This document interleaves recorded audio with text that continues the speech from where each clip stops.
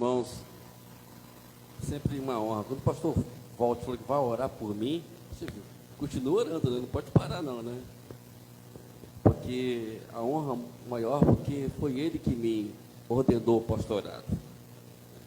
Hoje eu tenho a ordenação de pastor, quem fez foi ele aqui, né?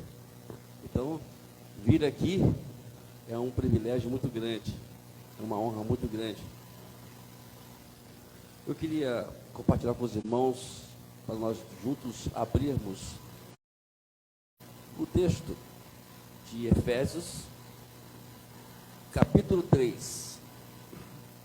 Vamos ler do versículo 14 até o versículo... Como o pastor João, ele já leu, ele mencionou o versículo 21, então vou ler até o versículo 21, né, pastor João? Isso, gostei da colocação do pastor João aqui do versículo 21, gostei.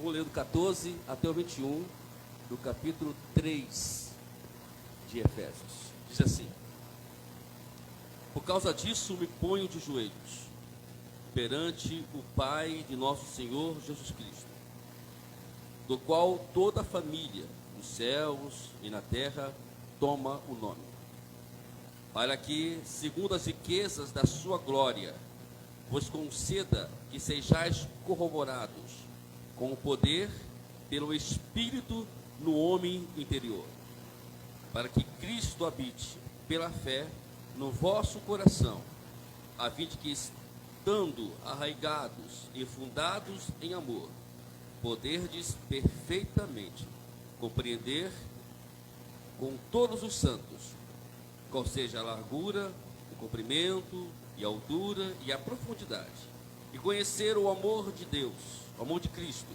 que excede todo o entendimento, para que sejais cheios de toda a plenitude de Deus. Ora, aquele que é poderoso para fazer tudo muito mais abundantemente, além do que pedimos ou pensamos, segundo o poder que em nós opera. A este, glória na igreja, por Jesus Cristo, em todas as gerações, para todo o sempre. Amém. Poder sentar, amados, no mesmo espírito, né, Joyce, era para estar aqui hoje, né, Joyce? No mesmo espírito, na mesma união, na mesma confraternização. São 42 anos, né? E a maior honra é poder estar pregando num congresso que a minha mãe preside, né? O grupo da União Feminina, né? Acho que isso não tem honra maior para um filho e para uma mãe do que os dois estarem juntos numa confraternização como essa, né? Fico feliz por isso, né? Por Deus nos ter dado essas oportunidades e poder rever aqui meu amado irmão ali, né? Tanto tempo que nós nos vimos, Marquinho, né, Marquinho? Né? Abençoado por Deus. E assim podemos juntos louvar e agradecer o nome do Senhor Jesus Cristo. O tema que foi proposto hoje nos fala de algo muito profundo, de algo que a qual precisamos a cada dia nos refletir. Nós sabemos que faz uma planta, uma árvore ficar forte, não é a beleza que a qual transparece por fora. O que faz uma casa estar firme, né? O pastor Walter conhece muito bem que ele é um bom construtor. O que faz uma casa ficar firme não é a beleza ou totalmente ornamentada e linda, não. O que faz tudo isso numa planta, numa árvore, é a raiz. O que faz uma casa ficar firme é o alicerce, a fundação da casa. É a parte mais importante de uma casa, é justamente a fundação. Se uma casa não tiver uma boa fundação, ela terá problema. Porque aparentemente parece tudo bonito, tudo perfeito, mas o tempo vai chegar, os intempéries. Tem uma historinha antiga, né, que todos nós conhecemos aqui desde pequenininho. Acho que todo mundo conhece a história de 3 porquinhos, né? Acho que aqui ninguém vai deixar de conhecer essa historinha, né? E a historinha é interessante porque nos fala justamente sobre isso, né? Os 2 porquinhos eram preguiçosos, não é, pastor Paulo? Um construiu com tauba, outro com feno, e os dois, né, sofreram ali o interpério do sopro do lobo mau, né? Honra da criança, né? E ali a sua casa foi abaixo. Mas quando o lobo mau foi soprar sobre aquela casa que estava alicerçada, bem fundamentada, aquela casa não caiu. E faz nos lembrar de uma passagem dita por próprio Senhor Jesus Cristo, já ali no finalzinho do Sermão da Montanha, quando ele fala sobre os dois fundamentos. Ele fala que aquele que ouve as minhas palavras e as cumpre, será semelhante ao homem que constrói a sua casa sobre a rocha. Correrão os rios, soprarão os ventos, virá o terremoto, virá o fogo, o que for, não, essa casa não vai cair, porque ela foi construída sobre a rocha. Mas aquele que ouve as minhas palavras e não as cumpre, será semelhante àquele construtor que fez a sua casa sobre a areia. Vai vir os intempéries, vai vir os ventos, vai vir os rios, vão correr os rios, vão vir o terremoto e aquela casa vai cair. Esse é um dos motivos que muitas pessoas não conseguem dar sequência àquilo a qual começaram. Tem muitas pessoas que param no meio do caminho. Eu estava até comentando com o pastor Walter no início aqui, que me fizeram uma proposta, né, de assumir uma igreja parada lá num certo lugar, que eu nunca fui nesse lugar, né, na minha vida. Eu falei assim, eu não vou assumir a igreja antes que eu tenha um aval de Deus. Eu preciso saber que se existe um alicerce, existe uma fundação, para que nós possamos assumir. Porque quantas pessoas começam uma coisa e não termina?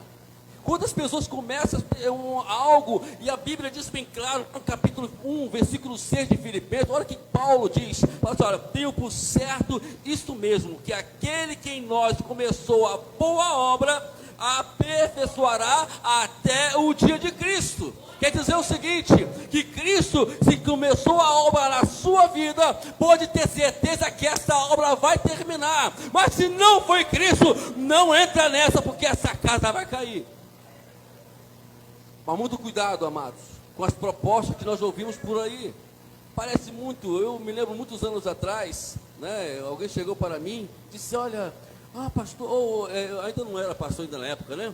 E aí, meu irmão Wagner dirige uma igreja, monta uma igreja assim. Calma, não é assim que funcionam as coisas, né? Não é porque você sabe pregar, não é porque você sabe cantar, você sabe tocar, que você tem algumas qualidades, alguns talentos, que você já pode dizer que você é um pastor. Pastor é uma chamada. Pastorear uma igreja, dirigir um grupo como mulheres, como homens e outros mais grupos, tem que ter chamada para que venha ter uma perseverança e venha terminar esta obra. Eu escrevi algo aqui muito interessante, que eu fiz questão de escrever, que eu achei interessante olhar. A grande questão aqui não é quão forte começamos a correr em direção ao chamado de Deus, mas quão forte vamos terminar a corrida. Começa lá todo eufórico, todo achando que estava tudo bem, mas não tem fôlego. Você sabe que vai para uma corrida de 100 metros rasos para uma maratona, para o corredor, ele tem que ter estratégia. Os 100 metros rasos, o cara amarelo pode partir que ir embora, são 100 metros, ele não pode parar, ele tem que mostrar toda a sua força ali. Já uma maratona de alguns quilômetros, ele tem que saber lidar com o seu próprio corpo, ele tem que saber dominar o seu próprio corpo, para que ele venha conseguir chegar até o final. Quantas pessoas não conseguem chegar lá, né? Param no meio do caminho.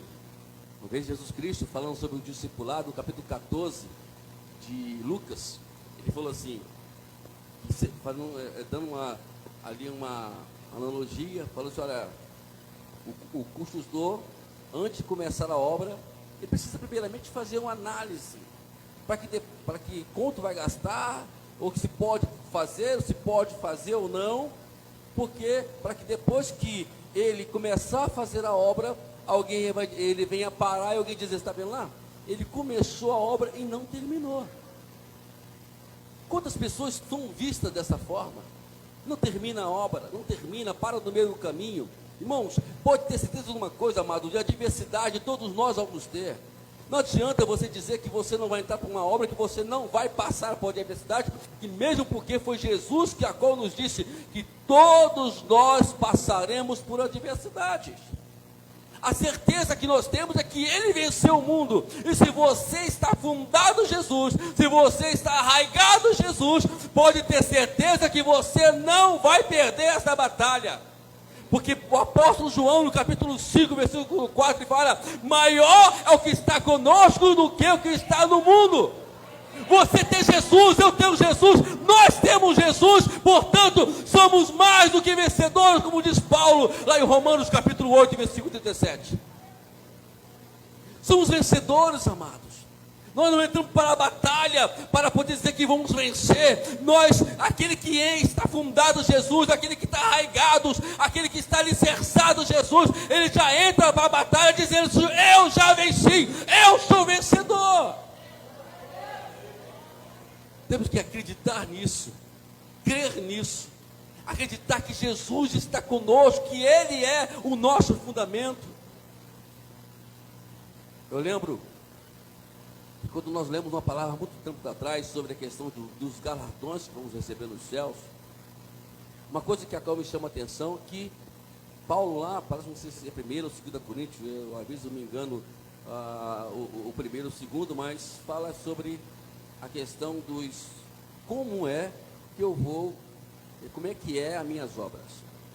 Se for palha, feno e madeira, sempre as provas vão ser passadas pelo fogo. Essas 3 vão queimar, essas 3 vão ser consumidas. Mas quando você leva o bronze, o ouro, a prata, não vai ser consumido. E hoje, para você ter ouro, para você ter prata, para você ter bronze, você precisa trabalhar para isso, precisa lutar para isso. E às vezes nós, amados, achamos que caminhar com Cristo uma coisa meia monótona. Muitas pessoas vêm para a igreja dizendo apenas com o estilo de vida. O estilo de vida de algumas pessoas é porque eu sou crente. Pergunta lá fora: você é da onde? Eu sou da igreja. Eu sou crente, eu sou da igreja tal, igreja fulana. Não é isso que Jesus quer, que nós respondemos às pessoas lá fora. Estamos vivendo uma sociedade hoje onde, infelizmente, tudo que o diabo quer é manipular a igreja, é não deixar que a igreja entenda que ela é a referência de Deus sobre essa terra. Porque se nós descobrirmos isso, tem a história que muitos falam que se aquele boi, ele soubesse a força que ele tem, eu duvido que alguém colocaria uma canga sobre os seus ombros. E parece que tem muita gente que o diabo está colocando canga, cansaço e etc. sobre os seus ombros, e infelizmente não consegue entender a força que ele tem para poder vencer Satanás. O diabo, ele não é um ser invencível, ele é um ser que podemos vencê-lo facilmente. Irmãos, não tem coisa mais fácil do que vencer Satanás. Mas pastor, como faz isso? É simples. Tiago diz no capítulo 4, versículo 7. Olha aqui que ele fala.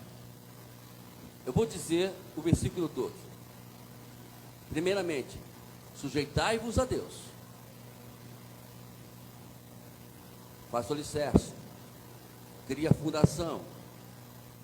Você tem a força agora, você tem o poder. E depois, Tiago diz: resisti o diabo e ele vai fugir de vocês. É simples. É você, quando você está fundamentado em Cristo, quando você está fundamentado em Deus, pode ter certeza que o diabo não tem poder sobre a tua vida. Paulo diz lá no capítulo 3 de Colossenses, ele fala assim: olha, que a nossa vida está escondida em Deus, em Cristo Jesus. Estamos escondidos em Deus. O diabo não pode chegar até você se você está fundamentado em Cristo. Ele não vai derrubar você se você está alicerçado em Cristo. Ele não vai poder destruir a sua família se você está alicerçado em Cristo. Porque você é muito mais do que um vencedor. Você já venceu o diabo, porque Jesus venceu por ele na cruz. Sabe o que às vezes nós entendemos, amados? Que parece que nós estamos menosprezando o trabalho de Cristo na cruz. Parece que é isso. E quando nós às vezes nos relaxamos, ou duvidamos, ou olhamos um pouquinho para o lado, eu fico imaginando, Pedro foi chamado homem de pequena fé, né? Imagine só, um homem que anda sobre as águas, ele é um homem de pequena fé. Eu nunca andei sobre as águas, né? Aí eu pensei, um dia fiquei refletindo, sabe, pastor? Se Pedro é um homem de pequena fé, imagine eu, né? Que nunca andei sobre as águas. Mas o que fez Pedro afundar? Porque ele sentiu a brisa, e aquela brisa do mar o dispersou, tirou a sua atenção. Paulo diz, no capítulo 3 de Filipenses, observe o que Paulo fala: esquecendo as coisas que para trás ficam, e avançando para que estão diante de mim, prossigo para o prêmio, para a soberana vocação em Cristo Jesus. Tudo depende de onde está a sua visão. O autor dos Hebreus, capítulo 12, versículo 2, fala que nós temos que olhar para Jesus, que é o autor e consumador da nossa fé. E olha, que essa palavra foi dita para pessoas que estavam sendo perseguidas na época, no ano mais ou menos 70 depois de Cristo. Ali o rei general Tito invade Jerusalém e começa a perseguir os judeus. E essa palavra vai diretamente para essas pessoas: olhe para Jesus, que é o autor e consumador da sua fé. Não tem nada que o diabo possa vencer. Não tem nada que o lobo mau queira soprar que vai te derrubar.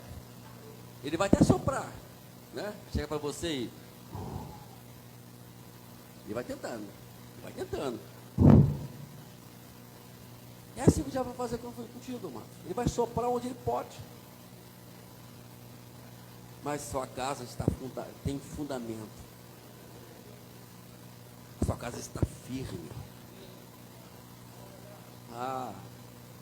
Ele vai desistir. Diz a Bíblia que Jesus foi tentado pelo diabo. E diz a Bíblia que ele foi tentado e de repente ele vê que não conseguiu vencer. Mais um texto lá de Lucas, ele fala, ele sai de Jesus provisoriamente. Isso quer dizer que ele vai tentar outras vezes com você, mas está fundamentado, está com o seu alicerce pronto. Muitos anos atrás, na Barra da Tijuca, caiu um prédio lá. Irmãos, aquele prédio, eu trabalhei naquele prédio, né? Quando eu vi que foi o prédio que eu trabalhei, disse: Jesus, será que eu tenho algum problema ali comigo? Será que fui eu que resolvi que dei um probleminha ali? Não. E nós vimos lá que aquele prédio ele foi construído sobre a areia do mar, né? Os irmãos depois foram constatado isso, né? A perícia, e não aguentou o peso e caiu. Então, aonde você está fundamentando a sua vida? Para nós terminarmos isso, amado, eu queria falar sobre 3 características. Por que nos enraizarmos e por que nos fundamentarmos? A primeira dela, porque eu devo me enraizar em Cristo. Porque eu tenho que estar enraizado? Porque primeiramente, porque elas duram. E diz aqui o texto do Salmo 1, versículo 3, que eu acho conhecido: pois será como a árvore plantada junto aos ribeiros de águas, o qual dá o seu fruto na estação própria, e cuja folhagem não cai, e tudo quanto fizer, prosperará. Não tem aquela coisa de mão mágica, botou a mão, tudo funciona, né? Tem crente que é assim, ele não é mágico, mas tem as mãos de Deus sobre ele, que tudo que ele faz prospera. Essas pessoas, o diabo tem medo, o diabo assusta essas pessoas, assusta ele, porque ele sabe que se a pessoa continuar, se essa pessoa perseverar, ela vai prosperar e a obra vai prosperar. Então, não se preocupe, você é uma pessoa chamada por Deus. Você foi uma pessoa chamada, e o diabo sabe que se você continuar nesse empreendimento do reino, ele vai perder muitas almas, mas você, só de pirraça, vai continuar firme, vai continuar ali perseverante, porque sabendo que Deus está com você, e você vai fazer muitas vidas virem ao reino de Deus. Uma vez, lá no meu trabalho, tinha uma senhora que era evangélica, e ela disse que não queria ser diaconisa. O pastor chegou para ela: não, pastor, eu quero consagrar você a diaconisa. Eu disse: não quero ser diaconisa, não. Eu disse: minha irmã, eu fui aconselhei ela, né? Irmã, olha, tudo bem, cargo, ele não vai levar ninguém para o céu. Ao contrário, pode levar até para o inferno, misericórdia, né? Mas, olha só, quantas pessoas, talvez olhando a senhora como irmã fulana, talvez não podem ser abençoadas como olhar para a senhora como uma diaconisa fulana, como a pastora fulana, como o presbítero, como o pastor. É muito diferente, não é mesmo, pastor? Alguém olha você diferente hoje? Não, todo mundo olha diferente. Mudou a forma de olhar. Não é isso, meu Joyce? Hoje, a Joyce antigamente era uma simples membro da igreja, né? Uma irmãzinha que dava a paz do Senhor Jesus, né? E amém, por ali. E de repente agora é diaconisa, agora já é respeitada, o nome diaconisa. Não que o nome, repito, ele não vai diferenciar nada, mas ele pode muito bem influenciar pessoas a irem para o reino. E esses dias eu estava vendo no Facebook, eu tenho ela lá como amiga, e ela foi ordenada a diaconisa. Fiquei muito feliz por isso. Saber que ela, mesmo que ela resistia, mas ela entendeu a importância que tem nós nos apresentarmos ao reino de Deus.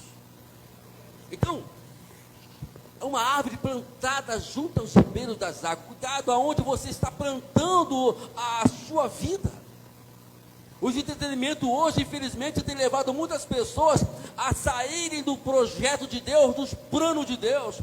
Não estou falando só de celular, não, estou falando de televisão, de programações, ou talvez largar o culto de domingo à noite para poder ir para algum lugar e achar que está tudo bem, mas não, vamos tomar cuidado, que pode muito bem o diabo estar corroendo ali o seu alicerce para poder derrubar a sua vida e principalmente a sua família.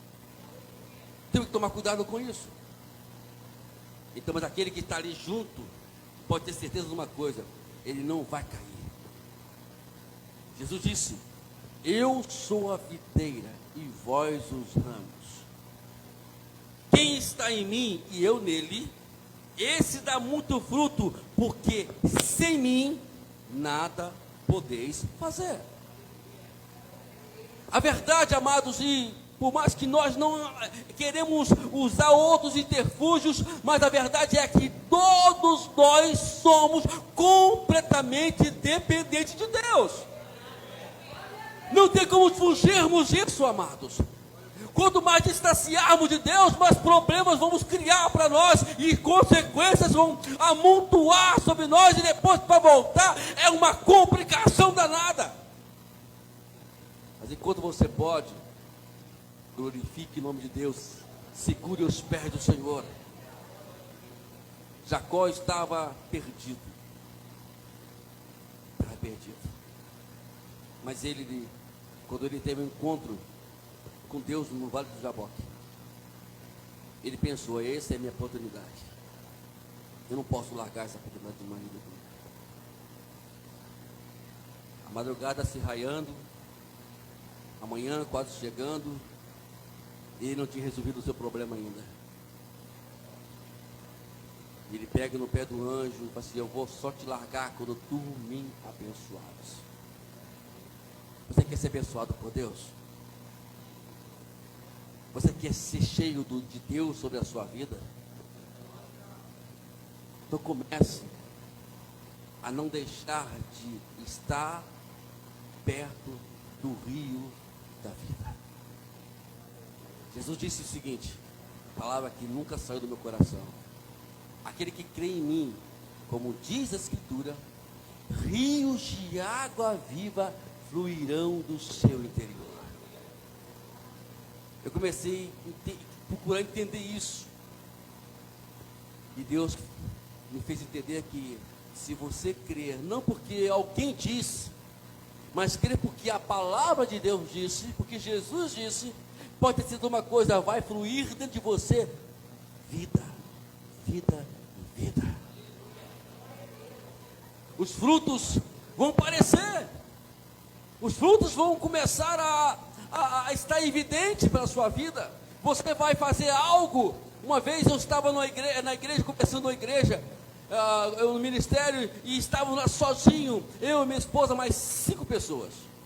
Pastor, eu falei assim: não pode, vou ficar aqui, já está faz 15 dias, já faz um mês que estamos dirigindo esta igreja, e 15 pessoas, e não aumenta mais do que isso. Mas Jesus me chamou para quê, Jesus? Não que a multidão não seja importante, mas as almas são importantes. Eu comecei a orar a Deus sobre isso. Se tem uma palavra dita por Moisés, no capítulo 90, no versículo 17: confirma a tua obra nas minhas mãos. Sim, confirma a tua obra nas minhas mãos. Uma semana depois, eu estava sentado, mesmo dia, na mesma noite, triste, porque as mesmas pessoas estavam na igreja. Abaixei minha cabeça, disse: mais um culto com as mesmas pessoas, não que não seja importante. E abaixei minha cabeça, e quando eu fui levantando a cabeça, foi entrando uma, duas. O irmão estava na porta, contou, naquele dia, entrou mais de 60 pessoas naquele lugar. E nunca mais a igreja ficou vazia. Está até hoje cheia. Eu não estou lá não, mas está até hoje cheia. É isso, Deus quer algo, que você produza algo, mas para isso precisa você estar ligado em Cristo. Isso é a única forma que poder estar fundamentado em Deus. E a outra coisa, outra característica que nós podemos colocar aqui, que raízes, ela vem antes de frutos. Tem pessoas que já querem entrar, já frutificar, já ganhar isso, ganhar aquilo. Não, antes que você venha a produzir alguma coisa, primeiramente você tem que criar raízes, fortalecer. Isso quer dizer, você tem que pensar como Jesus, tem que querer o que Ele quer, você tem que falar o que Ele fala, você tem que fazer o que Ele faz, e tudo isso precisa ser feito do que Deus falou. Tem que fugir de qualquer coisa. Então, quando alguém chegar para você, olhar para você, ele tem que sentir um gosto diferente. Não tem aquela coisa de provar que gosto tem. É isso que o mundo faz com a igreja. Ele vai provando, vai provando. Alguns falam assim: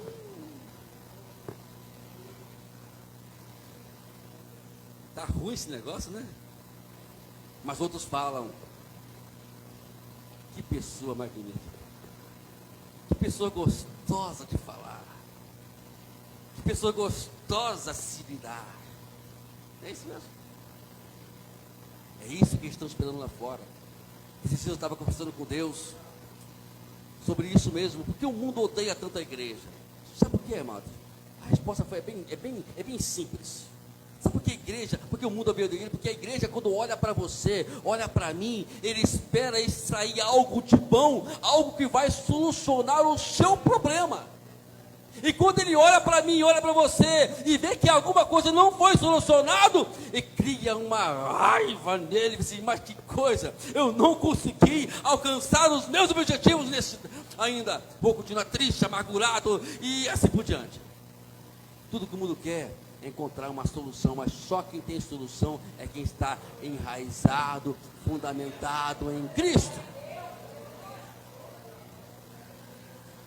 Para nós terminarmos, a terceira característica é não sermos apressados. Tem pessoas que gostam de fazer a casa rápido. Tem que morar. Vai lá e coloca lá 10 centímetros de alicerce, aí botar um ferrinho lá, vai, sobe, ou não coloca coisa nenhuma, né? Coloca tijolo só, né? E vai lá. E é muito apressado. Cuidado. Porque a pressa, diz um ditado de fora, que é o apressado come cru. Então tem que ter calma. Que a tarefa designada traz algo essencial para a sua fundação. Se você não tiver todos os pilares em sua fundação, quando Deus adicionar o peso do seu chamado, não haverá base para sustentá-lo. Porque muitas pessoas desistem. Não quero mais esse negócio não. Eu vou largar isso. Ai, mais um ano de luta. Pô, eu estou quase terminando, largando isso aqui no meio do caminho. Não quero mais saber disso. A gente ouve muito isso, né? Falta de... É porque a gente não está fundamentado como deveríamos estar. Vai vir o peso, amados. O peso existe. Quantos pastores aqui vão dizer que isso não acontece com eles? Eu me lembro uma vez que um colega nosso foi ordenado a pastor. Uma semana, 15 dias, não lembro agora, quando ele foi ordenado a pastorado, ele foi acometido de Covid. O bicho ficou ruim. Ficou muito ruim, menino. Ele foi, nós acabamos que entramos em cena, ajudamos ele lá, levamos oxigênio, ele morava em Chapecó. E diz ele que se não fosse aquele oxigênio, o seu traslado de Chapecó para o São Francisco, ele teria morrido. Para os irmãos terem ideia, o teor de como ele ficou. Depois eu falei com ele, todos nós temos um peso. Muitos de nós queremos correr desse peso. E outra coisa que eu quero dizer para vocês aí, as mulheres de Deus, os homens de Deus, pastor Walter, com toda a sua experiência, vai me concordar comigo, né, pastor? Uma vez pastor, nunca mais vai ser membro, né, pastor? Né, pastor João? Uma vez diaconisa, sabe, Joyce? Nunca mais vai ser mais membro, né? Uma vez que você recebe um peso do chamado de Deus, nunca mais você vai ser o mesmo. Uma vez uma pessoa chegou para mim, que eu tinha ordenado essa pessoa pastora. Ah, pastor, eu não quero mais isso não. Eu não aguento mais isso. Bom, eu falei com essa pessoa, tudo bem. A minha parte eu fiz.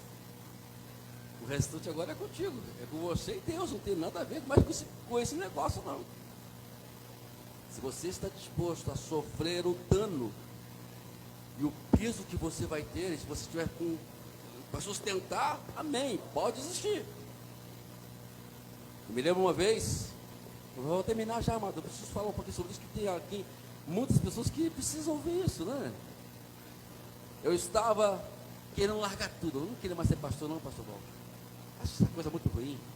Sabe, pastor João, eu vou largar esse negócio. Vou rasgar esse negócio, eu não quero mais saber isso não. Quero que me chamem de Wagner, nem de mão Wagner eu quero chamar. Eu quero esse negócio. Falei mesmo. Estressei. Aí eu fiquei de cama. porque minha mãe e minha esposa testemunham disso. Fiquei de cama. Aí a febre não passava. Tomava um dipirona, diminuía. No dia seguinte a febre voltava de novo. Comecei a delirar. Minha esposa e minha mãe começaram a chorar. Já viu morto, né? Aí no momento de lucidez, Deus falou comigo: você está vivo para um único propósito dessa terra. Cabe você escolher. Ou quer ir para a glória, ou continuar o propósito que eu designei para você nessa terra. Aí quando eu olhei para minha mãe e para minha esposa, eu disse: acho que é melhor ficar aqui na terra, né?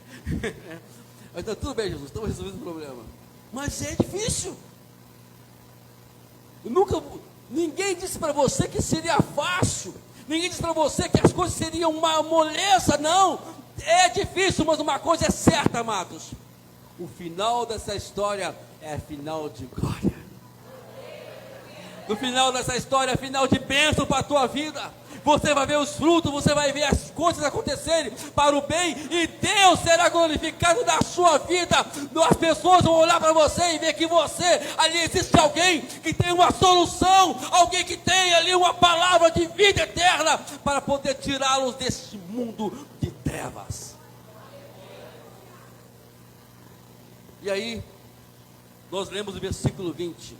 Tudo que não lemos aqui, nós falamos de uma forma entre linhas. Mas no versículo 20 vem a resposta para aqueles que estão fundamentados, aqueles que estão alicerçados, arraigados no Senhor. Ora, aquele que é poderoso para fazer tudo mais abundantemente daquilo que pensamos ou de que pedimos, segundo o poder que em nós opera. Quer dizer o seguinte: depois que você está fundamentado em Cristo, depois que você está alicerçado em Cristo, Ele vai lhe conceder além do que você pede e além do que você pensa.